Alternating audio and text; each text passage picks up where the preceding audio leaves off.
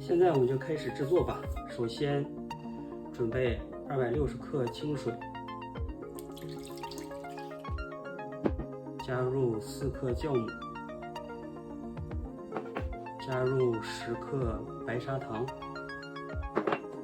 搅拌均匀，加入400克面粉，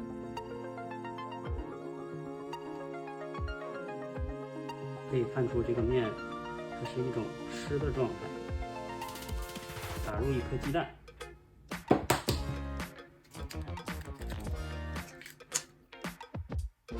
为了让面包更加松软，所以说水的比例比较高，和起面来会比较软。和到这种没有干面粉的状态，盖上盖子，醒面20分钟。醒面的做法是让面筋自然生成。时间到了，醒面结束，我们开始揉面。手上沾一些干面粉，把黄油加到面粉当中，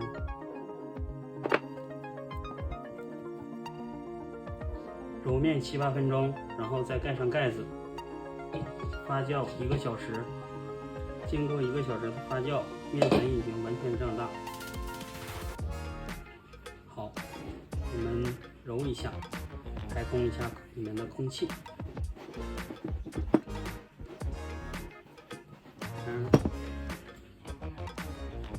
转移到面板上，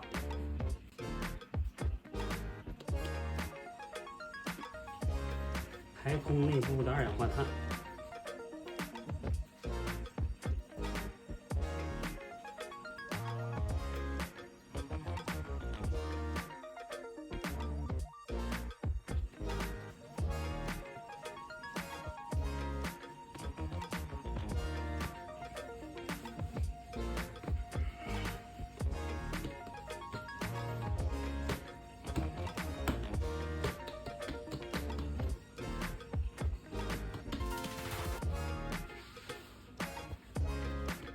揉搓成圆形柱形，平均分成3份。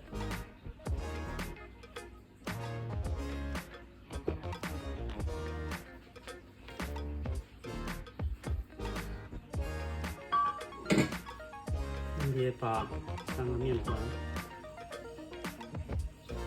翻长，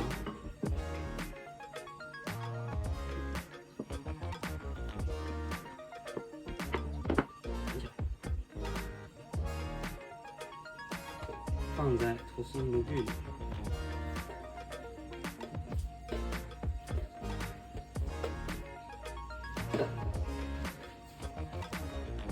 ，3个面卷放到吐司模具中，2次发酵40分钟。烤箱预热190度烤35分钟。面包出炉，倒出装盘，切一片尝一尝。